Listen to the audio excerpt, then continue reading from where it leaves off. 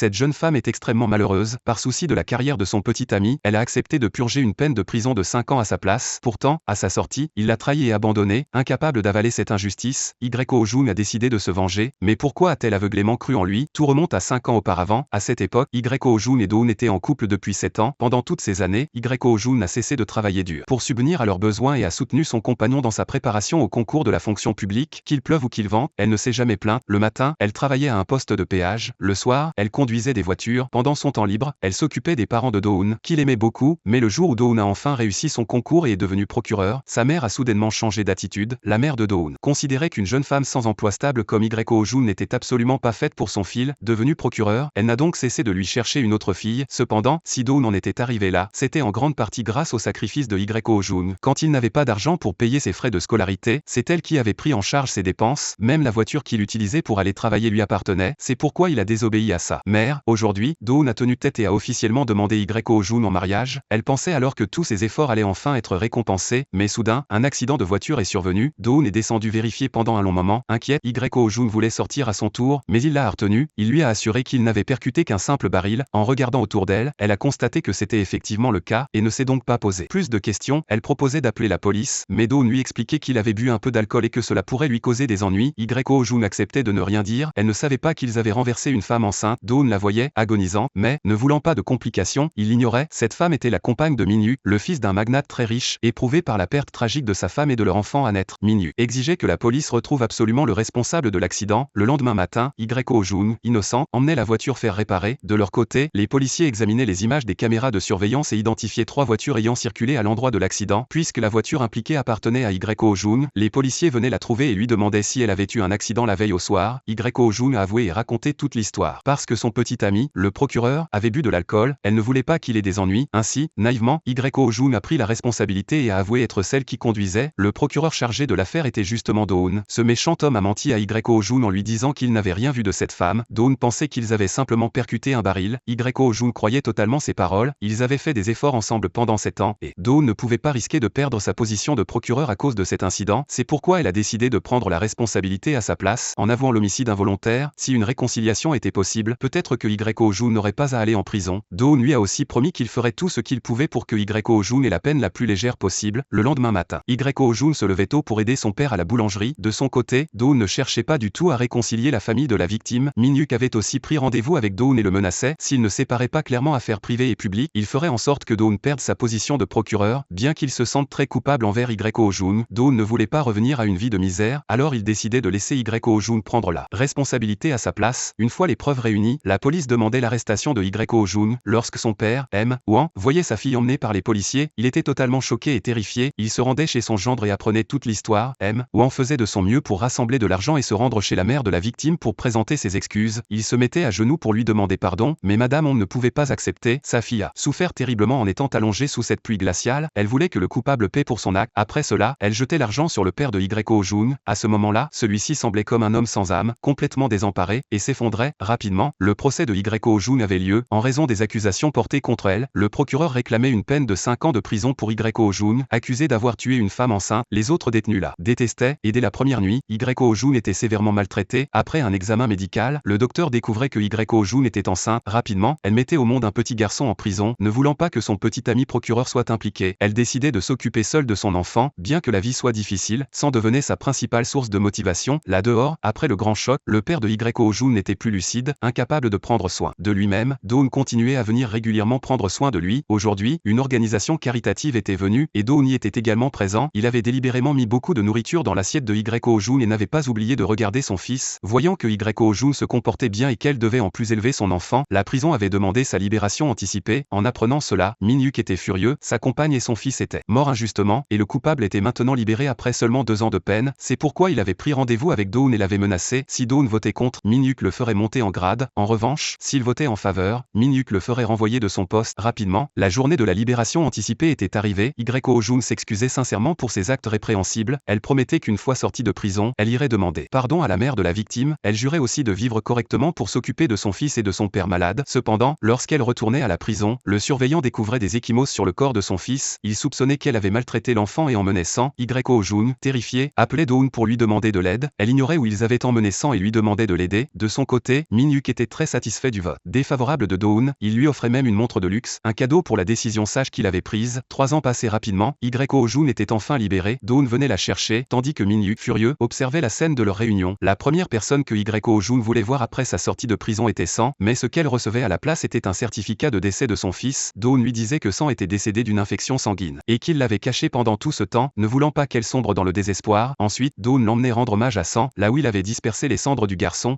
Ho-jun, désormais comme une âme perdue, n'osait pas croire à cette vérité brutale. La mère de Do-eun venait également la réconforter, lui conseillant de penser plus positivement pour continuer à vivre, mais derrière son dos, elle grondait son fils, lui demandant de rester lucide et de ne pas perdre son temps avec une fille ayant un casier judiciaire. Le soir venu, Ho-jun achetait un gâteau et se rendait au bord de la rivière, repensant au moment trop court passé auprès de son fils. Min-yu observait également ces scènes de loin. Depuis l'incarcération de Ho-jun, son père souffrait de démence. Pour payer ses frais médicaux, Ho-jun parcourait la ville à la recherche d'un emploi, mais avec un casier judiciaire, cette tâche s'avérait extrêmement difficile. Alors qu'elle était au bord du désespoir, un appel téléphonique arrivait, quelqu'un acceptait de l'embaucher. Cependant, l'appel venait de l'assistant de Min-yu. Non seulement il lui offrait un travail, mais il invitait aussi Do-eun à une réception, dans le seul but de les humilier tous les deux. Ce soir-là, Min-yu se rendait à la fête avec Seo-yeon, sa fiancée. Do-eun apercevait Ho-jun et craignant d'être embarrassé, il la chassait immédiatement avant de reprendre calmement ses mondanités. Côté Ho-jun, à son retour, elle se retrouvait face à une bande de créanciers venus réclamer leur argent pour soigner son père. Sa famille s'était lourdement endettée, au point de devoir vendre leur maison. Désormais, le propriétaire n'était autre que Min-yu. Il lui ordonnait de quitter les lieux sous 3 jours, sachant qu'il était le compagnon de la victime de l'accident.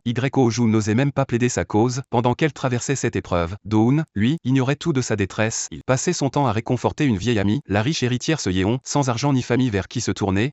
Ho-jun n'avait d'autre choix que d'emmener son père chez Do-eun. Bien sûr, la mère de ce dernier s'indignait aussitôt, à peine les voyait-elle franchir la porte qu'elle lançait des reproches cinglants, car son souhait avait toujours été que Do-eun coupe tout lien avec Ho-jun. Heureusement, le père de Do-eun intervenait pour calmer la situation, et elle finissait par céder, non sans rancéure. Aujourd'hui, Ho-jun rendait visite à la mère de la victime, mais celle-ci lui jetait de l'eau au visage avant de la chasser sans ménagement. Malgré tout, Ho-jun s'inclinait devant elle, implorant son pardon. Le soir venu, de retour chez elle, elle trouvait Do-eun en train d'aider à s'occuper de son père, toujours attaché à Ho-jun. Il s'approchait d'elle, tentant de recréer une proximité entre eux. Ce geste révélait par accident une cicatrice de brûlure sur sa peau, souvenir des sévices qu'elle avait subis en prison. Bouleversée, Do-eun peinait à contenir son émotion, mais Ho-jun lui assurait qu'elle ne ressentait plus de douleur désormais. Tremblant, il posait doucement sa main sur sa blessure, cherchant à la réconforter. Plus tard, il sortait boire avec son père, qui lui conseillait d'abandonner cette relation. S'ils restaient ensemble, disait-il, ils ne pourraient que se tourmenter en pensant à l'enfant qu'ils avaient perdu, condamnés à vivre dans le remords à chaque regard échangé. Le lendemain, le père de Ho-jun s'égarait. Do-eun lui conseillait d'aller prévenir la police pendant qu'il prendrait sa voiture pour partir à sa recherche. Finalement, il le retrouvait. Soudain, le vieil homme déclarait qu'il savait tout. Ho-jun était allé en prison à sa place, et le véritable coupable en fuite n'était autre que Do-eun. Pris de panique à l'idée que le père de Ho-jun puisse le dénoncer, Do-eun laissait germer en lui une pensée malsaine.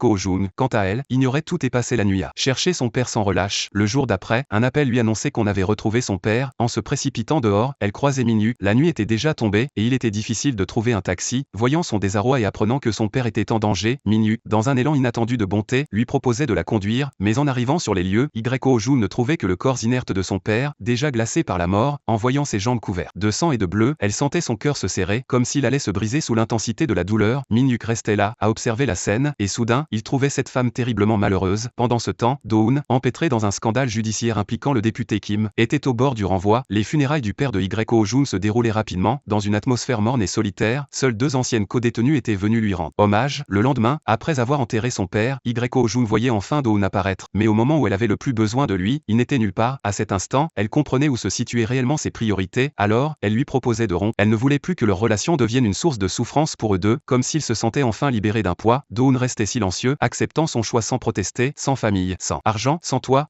Ho-jun n'avait d'autre choix que de se réfugier chez Hera, une femme qu'il avait beaucoup aidée en prison. Seo-yeon aimait Min-yu depuis leurs années d'école, mais lui n'avait toujours eu Dieu que pour Jie. Même après la mort de celle-ci, il continuait à l'aimer et à la pleurer, blessé dans son orgueil. Seo-yeon décidait que si elle ne pouvait pas la voir, elle ferait tout pour le faire souffrir. Aujourd'hui, elle lui remettait un contrat de mariage. Leur union ne serait qu'une façade, et aucun des deux n'aurait le droit d'interférer dans la vie privée de l'autre. De son côté, Ho-jun découvrait que toutes ses dettes avaient été transférées au nom de Min-yu. Affolée, elle se précipitait pour le confronter. Min-yu lui annonçait froidement qu'il voulait être son créancier afin de mieux la tourmenter. Face à cette déclaration, Ho-jun lui laissait son numéro de téléphone, promettant de rembourser chaque centime, quoi qu'il en coûte. À présent, Do-eun ne se souciait plus du tout de Ho-jun. Il est allé à la galerie d'art et a lancé des phrases de flirt à Seo-yeon. Il savait que c'était le véritable parapluie de sa vie, la femme riche qui l'aiderait à échapper à la misère. Le lendemain, Do-eun a officiellement démissionné de son poste de procureur. Il a dit à ses parents que le salaire salaire de l'État était trop bas, qu'il devait endurer toutes sortes de souffrances et qu'il ne voulait plus qu'il travaille dur comme employé. Ensuite, il est allé demander un poste de conseiller juridique auprès de M. Han, l'un des magnats les plus riches du pays. Do-hoon a sorti une pile de documents, tout ce qu'il avait rassemblé au cours de son travail. Ces informations permettraient au président Han de saisir les faiblesses de ses adversaires. En voyant cela, M. Han a été extrêmement satisfait et a accepté d'embaucher Do-hoon dans son entreprise. Min-hyuk se tenait également là, observant toute la scène, et il trouvait que ce type était vraiment un homme sans gêne. Depuis qu'il était entré dans l'entreprise, Do-hoon n'avait cessé de chercher des occasions pour s'approcher de Seo-yeon. Bien qu'il ne l'aime pas, Min-hyuk ne voulait pas qu'elle fréquente un homme aussi sournois que Do-hoon, alors il cherchait constamment des moyens pour les séparer. En voyant cela, Seo-yeon a fermement défendu Do-hoon, ce qui a mis Min-hyuk en colère et l'a poussé à partir. Ce soir-là, Do-hoon a donné une grande somme d'argent à ses parents pour qu'ils puissent ouvrir un magasin. Les parents de Do-hoon étaient également très heureux de savoir qu'il travaillait dans une grande entreprise. Aujourd'hui, dans la rue, Yo-jung a accidentellement croisé une ancienne camarade de cellule. C'était elle qui avait informé Yo-jung de la maltraitance de Sang, ce qui avait causé la séparation entre elle et sa mère. Après avoir appris la mort de Sang, elle se sentait profondément désolée. Elle n'a fait que suivre les instructions d'un homme qui lui avait promis de l'aider à sortir de prison plus tôt et de prendre bien soin de Sang. C'est pourquoi elle a accepté. En entendant cela, Yo-jung a immédiatement pensé à Min-hyuk, car lui seul pouvait la haïr à ce point. Après avoir revisité les anciens indices, Min-hyuk a réalisé que, la nuit de l'accident, Do-hoon et Yo-jung étaient allés ensemble. Ainsi, Min-hyuk a envoyé un colis à Do-hoon. Après avoir vu cette photo, le visage de Do-hoon est devenu rempli de peur. Bien que le dossier de l'affaire indique que Yo-jung était seul au volant, Do-hoon avait peur qu'il reste encore des preuves. C'est pourquoi il est allé au commissariat pour revoir les archives de l'affaire, sans savoir que tous ces mouvements étaient signalés à Min-hyuk par la police. Après avoir vérifié les enregistrements de vidéosurveillance, Do-hoon a découvert que, le soir de l'accident, une voiture qui passait avait filmé la scène où il était sorti pour réparer sa voiture. Ce véhicule appartenait au groupe du président Han. Ainsi, le soir venu, profitant de l'absence de témoins, il s'est infiltré dans la salle de surveillance de l'entreprise et a retrouvé l'extrait vidéo le montrant en train de conduire ce jour-là. Fou de joie, Do-hoon l'a immédiatement effacé. De son côté, après avoir appris que son fils avait été indirectement tué, Yo-jung s'est sentie encore plus compatissante envers la mère de la victime. Bien qu'elle ne soit pas la coupable, elle a tout de même cherché à obtenir son pardon. Tous les quelques jours, Yo-jung venait l'aider dans ses tâches, et peu à peu, la mère de Ji s'est montrée moins hostile. Tout ce que Yo-jung faisait, Min-hyuk l'observait attentivement. Sous prétexte d'aider Seo-yeon à régler une affaire, Do-hoon est allé dans son bureau privé. Le voyant endormi, Seo-yeon, pleine de bienveillance, s'est approchée pour lui mettre une couverture. À ce moment-là, Do-hoon lui a saisi la main et lui a confié ses sentiments, se demandant ce qu'il devait faire pour être digne d'elle. Gêné par l'atmosphère pesante, Seo-yeon s'est immédiatement retourné, et Do-hoon, voyant cela, a rangé ses affaires et est parti. Pendant ce temps, le secrétaire de Min-hyuk s'est rendu à l'endroit figurant sur la photo. Ce jour-là, Do-hoon y avait organisé un dîner pour demander Seo-yeon en mariage, et le propriétaire des lieux s'en souvenait parfaitement. Ils étaient venus ensemble et avaient pris de nombreuses photos souvenirs. Une fois cette information confirmée, Min-hyuk, fou de rage, a attrapé Do-hoon par le col en lui lançant qu'il finirait par dévoiler son véritable visage. Seo-yeon, ignorant que Do-hoon était le véritable coupable, a même cherché à le défendre. Le lendemain, Min-hyuk est venu voir Yo-jung et lui a demandé de dire la vérité, mais elle a continué à tout prendre sur elle. Pour protéger Do-hoon, elle était prête à risquer sa propre vie. Yo-jung a supplié Min-hyuk de lui pardonner et lui a dit qu'elle rembourserait sa dette petit à petit. Min-hyuk a pensé qu'elle devait avoir une raison cachée, alors il a décidé de lui laisser plus de temps. Grâce à une amie, Yo-jung a trouvé un emploi dans un restaurant, mais elle ne savait pas que le propriétaire était Min-hyuk. Ne voulant pas la mettre mal à l'aise, il s'est contenté de l'observer de loin. En apprenant que Yo-jung travaillait dans le restaurant de Min-hyuk, Do-hoon a eu peur qu'il ne se rapproche et que Yo-jung révèle la vérité. Il est alors allé la voir et lui a demandé de quitter son travail, mais comme il était difficile de trouver un emploi, Yo-jung a décidé de l'ignorer. Aujourd'hui, un policier est soudainement venu voir Yo-jung. Elle était soupçonnée de contrefaçon de marque. Sachant qu'elle avait un casier judiciaire, le gérant, ne voulant pas de problème, l'a immédiatement licenciée. Après avoir appris la nouvelle, Min-hyuk a ordonné à son assistant d'enquêter. Celui qui avait fait ce faux signalement n'était autre que Do-hoon. Non seulement son acte avait coûté à Yo-jung son emploi, mais il avait aussi causé du tort à la femme qui l'hébergeait. Se sentant coupable envers elle, Yo-jung avait décidé de partir ce soir-là. De son côté, Min-hyuk a découvert que Do-hoon s'était introduit en secret pour effacer l'enregistrement. Min-hyuk a alors demandé à ses employés de lui prétendre que toutes les vidéos des 5 dernières années pouvaient être restaurées à l'identique. Comme prévu, Do-hoon est tombé dans le piège. Profitant d'un moment où personne n'était là, il s'est de nouveau introduit dans la salle de surveillance pour vider définitivement les fichiers de la corbeille. À cet instant, Min-hyuk est également arrivé. Ce n'est qu'à ce moment-là que Do-hoon a compris qu'il était tombé dans un piège. Pris de panique, il s'est empressé de se justifier, prétendant avoir besoin des données pour une réunion le lendemain. Mais Min-hyuk a trouvé cela ridicule. Il a directement frappé là où ça faisait mal. Peu importe le secret que Do-hoon cachait, il finirait par le découvrir. Essayant de garder son calme, Do-hoon a répliqué qu'il était parfaitement innocent et qu'il n'avait donc rien à craindre. Après avoir découvert où Yo-jung avait déménagé, Min-hyuk s'est immédiatement rendu chez elle. Il lui a ordonné de revenir travailler pour lui rembourser sa dette. Yo-jung lui a répondu qu'elle trouverait de l'argent et lui enverrait régulièrement des paiements. Devant son entêtement, Min-hyuk l'a menacé. Si elle refusait, il vendrait la boulangerie de son père, le bien le plus précieux de Yo-jung. N'ayant pas le choix, elle a fini par céder et est retournée avec lui. Le lendemain matin, Yo-jung est retourné travailler. Tous ses collègues étaient très contrariés par son retour et n'ont pas hésité à murmurer dans son dos, mais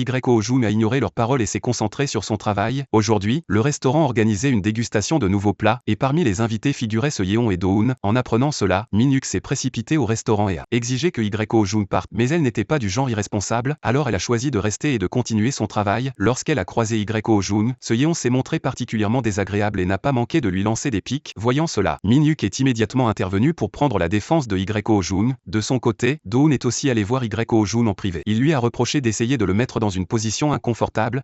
Ojun lui a expliqué qu'elle travaillait ici uniquement pour rembourser sa dette envers Min-hyuk, mais au lieu de compatir à sa situation, Do-hoon lui a lancé qu'à chaque fois qu'il la voyait, cela le rendait malade de fatigue. À cause de lui, elle avait enduré tant de malheurs, et pourtant, il lui a adressé des paroles cruelles. Ojun a vu son vrai visage et, déçue, elle est partie sans un mot, voir Min-hyuk. Ramener Ojun ici pour travailler et la défendre publiquement a profondément agacé ce Yeon, mais Min-hyuk n'a donné aucune explication. Il s'est contenté de lui rappeler que leur mariage n'était qu'un simple contrat et qu'elle n'avait pas à se mêler de ses affaires. Dans les moments de fatigue et de tristesse, Ojun trouvait du réconfort en serrant une veste de son père contre elle. Par hasard, elle est tombée sur un ticket de caisse datant du jour de sa mort. Aussitôt, elle s'est précipitée à l'endroit indiqué. La propriétaire de la boutique lui a confirmé que son père venait souvent y acheter des gâteaux et que, ce jour-là, elle avait vu Do-hoon venir le chercher. Min-hyuk, sachant que l'incident de la veille avait humilié Ojun, a demandé à celle-ci de venir travailler chez lui. Les tâches ménagères étaient très simples, et la sœur de Min-hyuk aimait beaucoup ses talents en cuisine. Une fois son travail terminé, Ojun a proposé de retourner au restaurant, mais Min-hyuk, voulant qu'elle se repose, a trouvé un prétexte. Il a prétendu vouloir connaître la fin d'un roman et lui a demandé de le lire pour lui en faire un résumé. N'ayant pas d'autre choix, Ojun a accepté. Pendant ce temps, Do-hoon essayait de séduire ce Yeon, mais ce n'était pas si simple pour elle. Il n'était qu'un simple ami. Le lendemain, Ojun est retourné travailler chez Min-hyuk. Par hasard, elle a aperçu sa signature et a réalisé alors que la nuit où elle s'était évanouie, ce n'était pas Do-hoon mais Min-hyuk qui l'avait emmenée à l'hôpital et payé ses frais médicaux. À ce moment-là, Min-hyuk s'est aussi réveillée. Ojun, embarrassée, a expliqué qu'elle avait simplement pris la couverture pour l'amener à la laverie. Une fois son travail terminé, elle a annoncé qu'elle retournerait au restaurant le lendemain, ne voulant pas que ses collègues se retrouvent en difficulté à cause d'elle. En rentrant chez elle, elle a trouvé Ajin qui l'attendait déjà. Ajin n'avait pas pu dormir. En apprenant que Sang était mort par sa faute, elle a promis de vivre toute sa vie dans le remords et le repentir. À ce moment-là, Do-hoon est aussi venu voir Ojun. Il soupçonnait qu'elle ait dit quelque chose à Min-hyuk, car ce dernier était en train de rouvrir l'enquête. Cette fois, il n'avait plus aucune retenue. Il a affirmé que c'était Ojun qui conduisait cette nuit-là et s'est complètement déchargé de toute responsabilité.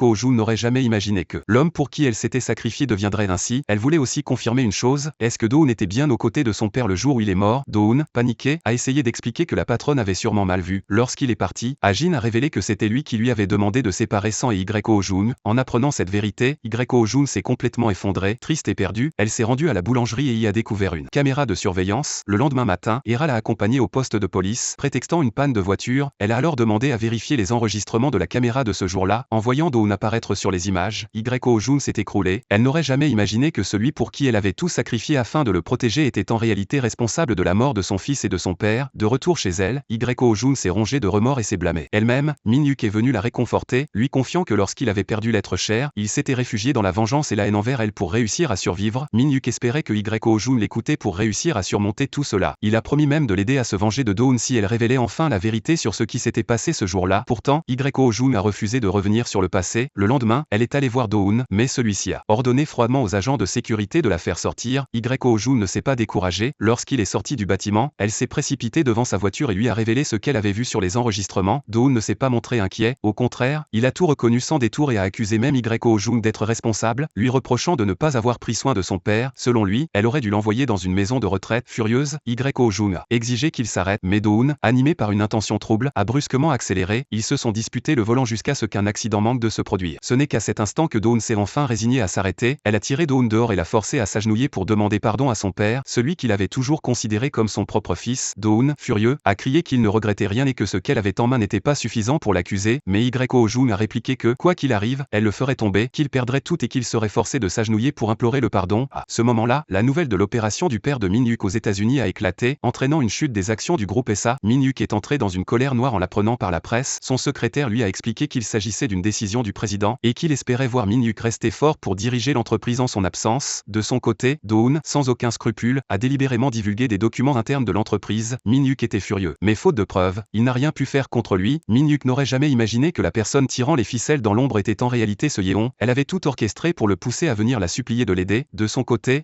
Ojun passait ses journées et ses nuits à élaborer une nouvelle recette de sauce afin d'aider Min-hyuk à décrocher un contrat d'investissement pour le restaurant. Depuis son enfance, elle préparait des sauces pour salade avec son père, ce qui lui avait permis d'acquérir une grande expérience. Min-hyuk était profondément touché. Dans cette période de faiblesse, il était reconnaissant de pouvoir compter sur elle. Le lendemain matin, la nouvelle de la récupération des enregistrements est tombée, Do-eun s'est précipité pour les vérifier, mais Min-hyuk l'attendait déjà sur place. Il a lancé la vidéo sous les yeux de Do-eun, les images prouvaient que c'était bien lui qui était au volant. Pourtant, Do-eun, impassible, a rétorqué que la scène n'avait pas été filmée à proximité immédiate du lieu du crime et qu'elle ne pouvait en aucun cas servir de preuve. Voyant son attitude paniquée avant de s'enfuir, Min-hyuk était ravi. De son côté, Do-eun, furieux, s'est précipité vers Yo-jun pour lui reprocher son comportement. Il a affirmé qu'il ne lui avait jamais demandé de prendre la responsabilité à sa place, que tout cela était son choix et qu'elle n'avait donc aucun droit de le tourmenter avec le passé, mais dans les yeux de Yo-jun, il ne restait plus que de la haine. Elle lui a conseillé de profiter du peu de temps qui lui restait, car elle serait celle qui le ferait chuter en enfer. Ce soir-là, Yeon a ordonné à Do-eun d'empêcher, coûte que coûte, le président Yang de signer un contrat avec Min-hyuk. Le lendemain matin, lorsque Min-hyuk et Yo-jun sont arrivés, Do-eun était déjà là. Après avoir goûté la nouvelle sauce du restaurant, le président Yang s'est montré satisfait, mais Do-eun, sournois, a immédiatement lancé des remarques sarcastiques, mettant en avant des aspects négatifs. Voyant cette tension au sein de l'équipe, le président Yang a commencé à montrer des signes de mécontentement. Elle a demandé à tout le monde de rentrer chez eux et a décidé qu'elle prendrait une décision plus tard. Par coïncidence, c'était l'anniversaire de Min-hyuk ce jour-là. Yo-jun s'était donné beaucoup de mal pour lui préparer un gâteau. Tout le monde sur place a chanté pour lui souhaiter un joyeux anniversaire. Bien que tout fût simple et modeste pour Min-hyuk, c'était la fête d'anniversaire la plus chaleureuse qu'il ait jamais eue. Le lendemain matin, Yo-jun a apporté une boîte de gâteaux accompagnée de sa nouvelle sauce pour les offrir au président Yang. Le soir venu, le restaurant de Yo-jun a reçu une commande de livraison à domicile. La personne qui l'avait passée n'était autre que Yeon. Elle avait organisé une fête d'anniversaire pour Min-hyuk, cherchant à l'humilier. Voyant Yo-jun souffrir de toute cette situation, Min-hyuk lui a suggéré de rentrer chez elle. Il lui a aussi remercié pour la boîte de gâteaux, expliquant que grâce à elle, le président Yang avait accepté de signer le contrat. En entendant cela, Yo-jun s'est réjoui et a félicité Min-hyuk. Yeon, qui a vu la scène, a délibérément fait des remarques acerbes sur le fait que Yo-jun avait tué Jie. Bien qu'elle soit remplie de colère, Yo-jun a choisi de ne rien dire et a décidé de partir. Min-hyuk, pressée, a couru après elle, tandis que Yeon était furieuse. Yeon connaissait Min-hyuk depuis leur enfance, et elle avait remarqué dans ses yeux un regard qu'elle reconnaissait comme étant celui de quelqu'un qui est amoureux, et effectivement, en ramenant Yo-jun chez elle, Min-hyuk n'a pas pu cacher ses sentiments et s'est approchée pour l'embrasser. Au début, Yo-jun a résisté, mais finalement elle a accepté ce baiser. Le lendemain matin, lorsqu'ils se sont croisés, Yo-jun lui a demandé d'oublier ce qui s'était passé la veille. Cependant, Min-hyuk a répondu que ce qu'il avait fait n'était pas une erreur. Après les heures de travail, Yo-jun est allé retrouver son ancienne collègue à la station de péage et lui a demandé de l'aider à obtenir une photo de la voiture de Do-eun qui était passée là le jour de l'accident de son père. Heureusement, l'opération s'est bien déroulée, et le président en est retourné en Corée. Après avoir entendu parler de la relation entre Min-hyuk et Yo-jun, il a demandé à son assistant de faire venir Yo-jun. Il lui a remercié pour avoir aidé Min-hyuk à signer le contrat, mais il n'y avait rien de plus à dire. Il ne voulait pas que Yo-jun soit impliqué avec Min-hyuk car son fils allait se marier avec Yeon. Voyant Yo-jun être humilié par tout le monde, Min-hyuk a été furieux et l'a tiré pour la relever. Yo-jun, gêné, a présenté ses excuses à tout le monde avant de partir. Min-hyuk l'a suivi, mais Yo-jun a refusé de lui ouvrir la porte. Min-hyuk a dit qu'il ne répéterait plus les erreurs du passé et que, quoi qu'il arrive, il protégerait Yo-jun, mais Yo-jun ne voulait pas de cela. Elle avait voulu oublier le passé, mais à chaque fois qu'elle voyait Min-hyuk, ses souvenirs revenaient et la tourmentaient. Si ce qui s'était passé ce jour-là n'était jamais arrivé, Min-hyuk serait probablement heureux aujourd'hui aux côtés de sa femme et de son enfant. En voyant Yo-jun ainsi, Min-hyuk a ressenti une grande douleur. Il a dit qu'il allait partir et l'a conseillé de ne plus se tourmenter. Le lendemain matin, Yo-jun est allé à la station de péage pour récupérer les documents. En effet, Do-eun avait emmené son père en banlieue avant de revenir seul. Furieuse, Yo-jun s'est rendue à l'entreprise pour confronter Do-eun, mais ses preuves ne l'ont toujours pas effrayée. Do-eun a défié Yo-jun et lui a dit qu'elle n'obtiendrait jamais ce qu'elle espérait. Le soir venu, en rentrant chez elle, Yo-jun a trouvé Min-hyuk qui l'attendait déjà. Avec toute la douleur et l'injustice qu'elle ressentait, elle a accepté d'aller se promener avec lui seul. À cet instant, pouvait apaiser son esprit. Elle avait envie de rester auprès de Min-hyuk, même pour un court instant. Elle était prête à s'en contenter. Après les scandales récents, l'entreprise avait besoin de quelqu'un pour se présenter au tribunal, et le secrétaire Kim s'est porté volontaire. Avant l'audience, il est allé voir Min-hyuk. En réalité, le président n'avait jamais totalement fait confiance à Do-eun. Dès le début, il avait rassemblé des documents sur lui. Le secrétaire Kim les a remis à Min-hyuk, en lui disant de les utiliser au bon moment. En les examinant, Min-hyuk a découvert que Yeon et Do-eun collaboraient depuis longtemps. Min-hyuk, furieux, est allé voir Yeon, et elle n'a même pas nié ce qui s'était passé. Yeon lui a dit que tout ce qu'elle avait fait, c'était par amour pour lui. Elle voulait que Min-hyuk comprenne qu'avec elle, il aurait tout, mais Min-hyuk s'est excusé froidement et a rejeté ses sentiments. Pendant ce temps, Yo-jun est allé au restaurant familial de Do-eun. Bien que la mère de Do-eun ait refusé de la laisser entrer, Yo-jun a insisté et est entrée quand même. Elle a posé un dossier qu'elle avait préparé à l'avance, mais alors qu'elle s'apprêtait à tout révéler, Do-eun est apparu brusquement. Il l'a entraînée dehors en hâte, puis a prononcé des menaces cruelles contre elle, mais Yo-jun n'était plus la fille naïve et faible d'autrefois. Finalement, elle a fixé un rendez-vous avec Do-eun au tribunal. Le lendemain matin, Min-hyuk est aussi venu avec des documents pour faire pression sur Do-eun. Depuis qu'il travaillait pour la famille de Min-hyuk, Do-eun avait commis de nombreuses infractions. Min-hyuk lui a offert une chance de se racheter, mais Do-eun n'a ressenti aucun remords. Au lieu de cela, il est allé voir Yeon, et ensemble, ils ont élaboré un plan plan encore plus risqué. Après une journée épuisante, Min-hyuk est venu retrouver Yo-jun, sans un mot, en restant simplement l'un à côté de l'autre. Toutes les tempêtes en eux se sont dissipées. Pendant ce temps, grâce aux documents laissés par Yo-jun, le père de Do-eun a interrogé son fils sur ce qui s'était réellement passé. Il n'aurait jamais imaginé que Do-eun serait devenu un homme aussi cruel. Il a essayé de lui faire entendre raison, mais Do-eun, désormais aveuglé par son obsession, a refusé de l'écouter. Malgré ses paroles pleines d'assurance, Do-eun commençait à ressentir une peur grandissante. Do-eun est allé voir Yo-jun et s'est agenouillé pour lui demander pardon, mais Yo-jun savait qu'il n'éprouvait aucun véritable remords, il avait seulement peur de tout perdre. Voyant cela, Hera lui a jeté de l'eau et l'a chassé. Le lendemain matin, Yo-jun est allé au tribunal pour déposer les preuves. Tandis que Do-eun s'est rendu chez Min-hyuk pour le menacer, il détenait des documents prouvant que l'entreprise de Min-hyuk avait détourné des fonds. Il a également laissé son téléphone allumé pour que Yo-jun puisse entendre toute la conversation. Ensuite, Do-eun a proposé un marché à Yo-jun, mais Min-hyuk lui a dit de lui faire confiance et de suivre leur plan initial. Yo-jun a choisi de croire en lui. En apprenant que Yeon aidait Do-eun, Min-hyuk a été profondément déçu et a annoncé qu'il allait annuler leur fiançailles. Cependant, le président Han a refusé cette décision. Vu la situation actuelle, se marier avec Yeon était la seule solution pour sauver l'entreprise. Le lendemain, Yo-jun et Do-eun ont été convoqués pour une confrontation, mais Do-eun a obstinément nié toutes les preuves que Yo-jun avait fournies. En sortant, un ancien collègue lui a conseillé de ne pas sous-estimer Min-hyuk car il était peut-être en train de creuser sa propre tombe. Les médias ont également rapporté que Min-hyuk avait dénoncé Do-eun comme étant le véritable responsable du détournement de 6 milliards de wons de l'entreprise. En réalité, le secrétaire Kim et Min-hyuk avaient tout prévu à l'avance. Min-hyuk avait déjà offert une chance à Do-eun, mais ce dernier ne l'avait pas saisi. Min-hyuk voulait lui prouver qu'en voulant monter trop haut, il finirait par tomber de très haut. Malgré cela, l'entreprise de Min-hyuk n'a pas échappé aux conséquences. La chute de ses actions a entraîné la méfiance des investisseurs, qui ont commencé à se détourner de lui. À ce rythme, l'entreprise risquait de sombrer dans la faillite. Le président en a supplié son fils de sauver l'entreprise. Ce qu'il et la mère disparue de Min-hyuk avaient mis toute leur jeunesse à bâtir. Selon lui, seul un mariage avec Yeon pourrait tout arranger. La belle-mère de Min-hyuk a également rencontré Yo-jun et lui a demandé de lâcher prise, afin que Min-hyuk ne perde pas sa carrière. Le lendemain matin, Yo-jun a donné rendez-vous à Min-hyuk, sans avoir besoin de mots. Ils savaient tous les deux que ce serait leur dernier jour ensemble. Ils sont partis en périphérie de la ville, pour faire ensemble des choses qu'ils n'avaient encore jamais fait. Ils ont décidé de s'accorder pleinement cette journée. Min-hyuk n'a pas reculé ni détourné le regard, il a choisi d'embrasser la cicatrice marquée sur le visage de Yo-jun. Sans un mot, leurs gestes ont suffi à exprimer leurs véritables sentiments. Le lendemain matin, lorsque Min-hyuk s'est réveillé, Yo-jun était déjà parti. Malgré tout l'amour qu'il éprouvait pour elle, il n'a pas pu la retenir à ses côtés. En silence, il s'est rendu à la séance photo de mariage avec Yeon. De son côté, Yo-jun s'est rendu au restaurant pour démissionner. Pendant ce temps, les journalistes ont débarqué chez les parents de Do-eun pour les interroger sur l'argent qu'il avait détourné. Yo-jun est également venu et a révélé au grand jour le véritable visage de Do-eun. Pour l'empêcher de parler à la presse, la mère de Do-eun a fini par avouer la vérité. Sang était encore en vie, elle avait falsifié son certificat de décès, et aujourd'hui, le petit garçon vivait dans une famille bienveillante. Même Do-eun n'était pas au courant. Sa mère avait agi ainsi pour couper définitivement les liens entre lui et Yo-jun, en voyant à quel point cette femme aimait son fils, mais avait brisé le lien entre elle et son propre enfant. Yo-jun a ressenti une immense colère. Yo-jun a exigé que la vieille femme lui rende son fils. Le lendemain matin, Yo-jun est allé voir Sang, mais le petit garçon ne la reconnaissait plus. Dévastée, elle a éclaté en sanglots et a crié sa colère contre Do-eun. Ce dernier, en voyant la scène, a été submergé par la douleur. Lorsqu'il est rentré chez lui, la police avait déjà arrêté sa mère pour falsification d'un certificat de décès. Derrière les barreaux, cette dernière a supplié Yo-jun de pardonner Do-eun. Elle croyait qu'en révélant la vérité sur Sang, Yo-jun lui serait reconnaissante et abandonnerait toute vengeance. Mais Yo-jun n'était plus la jeune femme naïve d'autrefois. Elle a décidé de laisser cette femme souffrir autant que son propre père avait souffert. La mère adoptive de Sang est également venue la supplier de lui laisser l'enfant. Elle ne pouvait pas vivre sans lui. Sang était encore trop jeune pour comprendre la situation, et elle lui a promis qu'un jour, lorsqu'il serait assez grand, elle lui expliquerait toute la vérité. Yo-jun est entré dans la maison et a vu que la famille prenait soin de Sang avec beaucoup d'amour. À cet instant, Sang est rentré de l'école. En voyant sa mère en larmes, il a pris sa défense et a crié à Yo-jun de partir. Pendant ce temps, Min-hyuk, en tant qu'amie de longue date, a demandé à Yeon si elle était enfin heureuse. La vérité, c'est que même si elle avait obtenu tout ce qu'elle désirait, elle se sentait profondément malheureuse. Min-hyuk s'est alors approché d'elle et l'a réconfortée. Le lendemain, Yo-jun est retourné voir Sang. Elle s'est présentée comme étant sa tante. En l'entendant, Sang n'a plus ressenti d'animosité envers elle. De loin, Do-eun observait son fils, incapable d'intervenir. C'est à cet instant qu'il a compris qu'il avait perdu ce qu'il y avait de plus précieux au monde. Dévoré par le remords, il s'est blâmé et a sincèrement demandé pardon à Yo-jun. Hera a reproché à Yo-jun d'avoir pris une décision aussi insensée. Yo-jun a affirmé qu'elle ne renonçait pas à Sang, mais qu'elle ne pouvait pas non plus le forcer à vivre avec elle. Ce qui comptait le plus, c'était son bonheur. Quand il avait été séparé d'elle, Sang avait pleuré pendant une semaine entière. Elle ne voulait pas lui faire revivre cette douleur une seconde fois. Le jour d'après, Yeon a finalement décidé d'annuler ses fiançailles. Elle a choisi de partir à l'étranger pour continuer à étudier la peinture et poursuivre son rêve. Min-hyuk, de son côté, a pris la décision de rejoindre une filiale à l'étranger afin de se former et développer l'entreprise. Avant de partir, il a annulé toutes les dettes de Yo-jun et lui a rendu la boulangerie. En apprenant la nouvelle, Yo-jun s'est précipité à l'aéroport. Pourtant, une fois sur place, elle n'a rien dit et n'a pas essayé essayé d'arrêter Minyu. Tous deux se sont simplement croisés en silence, chacun suivant son propre chemin. Yeon est également venu dire adieu à Do-eun avant son départ. Elle l'a remercié d'avoir toujours été à ses côtés et lui a souhaité de trouver la force de continuer à avancer. Le procès de Do-eun a officiellement eu lieu. Il a reconnu tous les chefs d'accusation. La justice prend parfois du temps, mais elle finit toujours par rattraper ceux qui la fuient. Do-eun a dû payer pour ses crimes. Par cupidité, il avait perdu tant de choses précieuses. Sa condamnation n'était pas seulement une peine judiciaire, mais aussi une punition bien plus lourde, celle de devoir vivre avec le poids de ses erreurs pour le restant de ses jours. 5 ans plus tard, Yoo-jung a réussi à reconstruire sa boulangerie. Minyu, lui aussi, est finalement revenu, avec la certitude que tous deux allaient désormais avancer ensemble vers un avenir radieux. Le drama s'achève ici. Merci à tous pour votre attention. À bientôt dans une prochaine vidéo.